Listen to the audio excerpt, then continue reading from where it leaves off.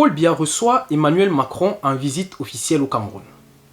Ce n'est pas la première visite d'un président français à Yaoundé sous la présidence Biya. Et ce n'est sans doute pas la plus solennelle. La première fois où Biya reçoit un chef de l'État français en qualité de président de la République, c'était les 21 et 22 juin 1983.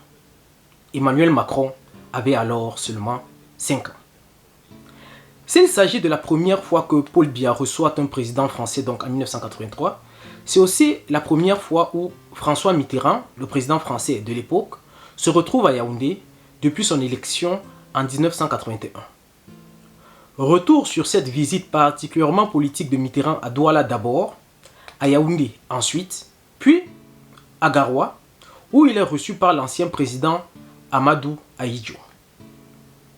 En juin 1983, Paul Biya est le président du Cameroun depuis seulement 9 mois.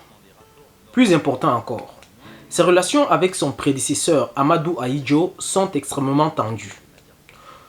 3 jours seulement avant l'arrivée de Mitterrand, Paul Biya a annoncé un remaniement ministériel où il écarte les proches d'Ahidjo.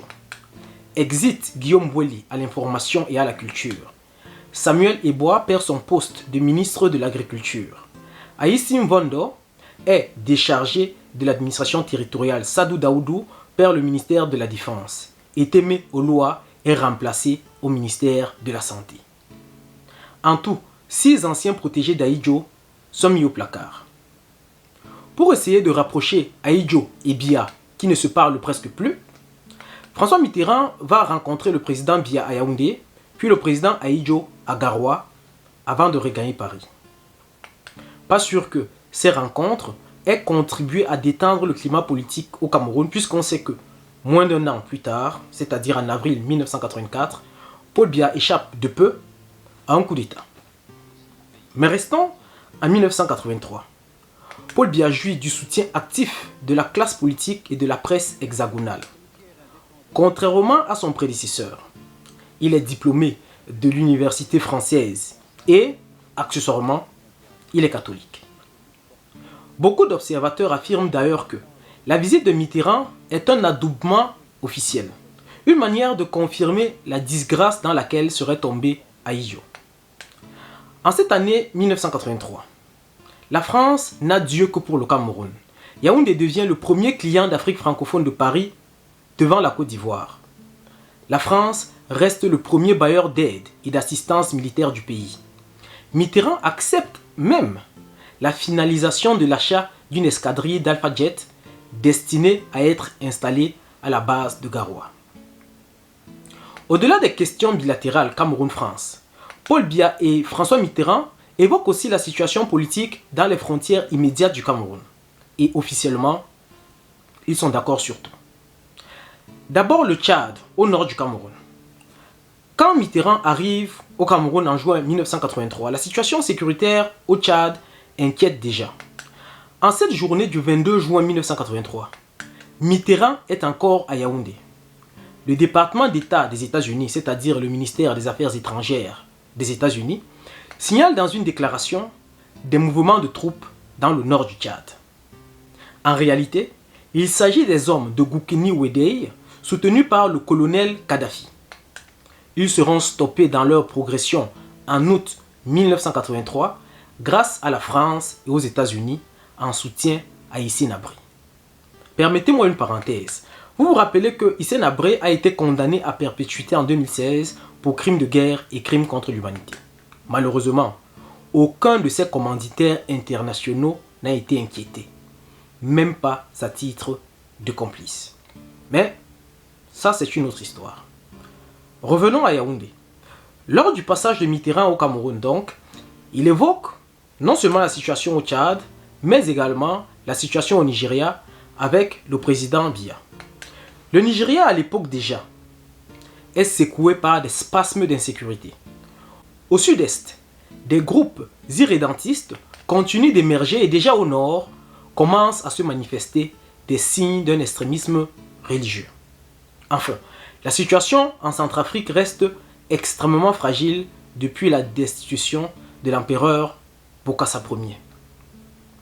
40 ans plus tard, c'est-à-dire aujourd'hui, on a l'impression d'avoir juste changé les acteurs. Sur le plan purement économique, en 1983 comme aujourd'hui, la scène internationale est marquée par d'importants déséquilibres. L'inflation est galopante un peu partout sur la planète. Les pays producteurs de matières premières sont systématiquement perdants dans les échanges nord-sud. Mitterrand va dire combien il est chagriné par la spéculation qui touche par exemple le secteur du cacao et du café camerounais. Et dit se faire l'avocat des pays africains touchés par les jeux de spéculateurs. Mais comme souvent avec le président socialiste et globalement avec le président français, il y aura un grand écart entre le discours et les actes. On sait que tout au long de la présidence Mitterrand, la situation de déséquilibre va s'approfondir. Le Cameroun est comme presque tous les pays producteurs de matières premières agricoles. À ce titre, il va connaître des ajustements structurels et même une dévaluation du franc CFA par le même François Mitterrand en 1994. Les assurances de Mitterrand, nous avons vu qu'il s'est agi de mensonges, ne tombent pas du ciel. Paul Biya se plaint auprès de son homologue du profond déséquilibre de la balance commerciale du Cameroun vis-à-vis de la France. Les Camerounais à l'époque achètent en premier les produits français, mais à l'inverse, les Français préfèrent d'autres marchés au marché camerounais. Mitterrand fait au Cameroun à l'époque la promesse d'implanter une usine de liquéfaction de gaz à Kribi. 40 ans plus tard, le projet reste attendu. Revenons au présent. Emmanuel Macron en visite au Cameroun en cette mi-2022 est peut-être le dernier président français qui rendra visite à Paul Biya. Le contexte de sa visite pourrait donner l'impression que très peu de choses ont changé en 40 ans. On parlait déjà de l'insécurité au Tchad, au Nigeria et en RCA en 1983. La situation économique mondiale était déjà tendue et la balance commerciale entre la France et le Cameroun était essentiellement en faveur de Paris. Mais il ne faut pas croire que le Cameroun n'a pas changé en 40 ans de présidence Biya. À l'époque, à part les querelles Ahidjo-Biya, il n'y avait pas de parti d'opposition actif au Cameroun. Et aujourd'hui, plus que jamais, il se pose au Cameroun la question de l'alternance.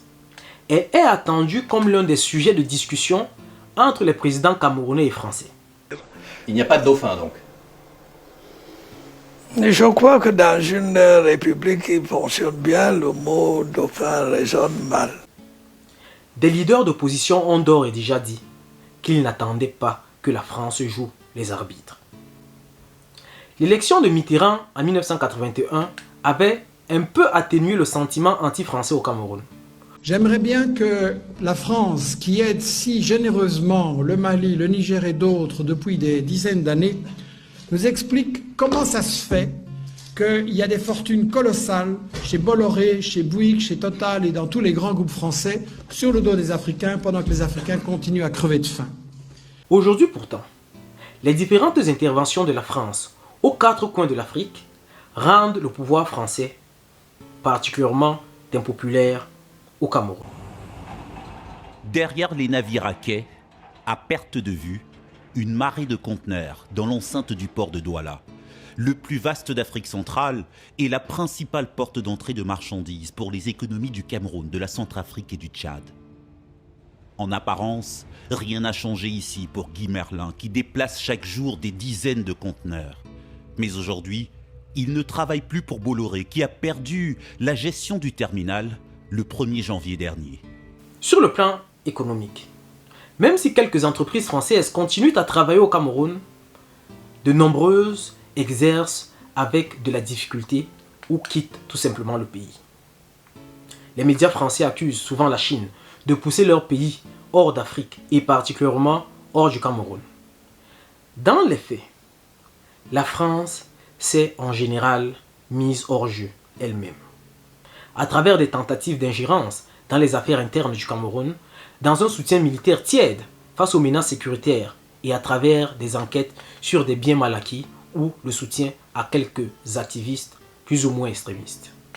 Paul Biya tue les Camerounais, M. Macron. Nous sommes des Camerounais et nous sommes des morts, M. Macron.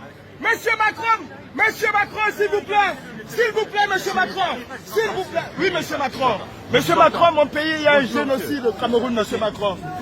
S'il vous plaît, monsieur Macron, il y a un génocide au Cameroun, monsieur Macron. C'est un honneur pour moi, c'est un plaisir de vous voir, monsieur Macron. Moi aussi. Il y a plus de 22 morts Je sais. qui sont morts calcinés, monsieur Macron. Je sais ça. Nous sommes des Camerounais et nous souffrons. J'ai pris la Méditerranée, monsieur Macron, je vous ai écrit et vous avez répondu. Vous savez mon engagement sur ce sujet. C'est sur ces mots que je mets un terme à ce bref rappel historique. Merci d'avoir écouté. N'hésitez pas à vous abonner à ma page YouTube pour d'autres contenus. Merci d'avoir écouté.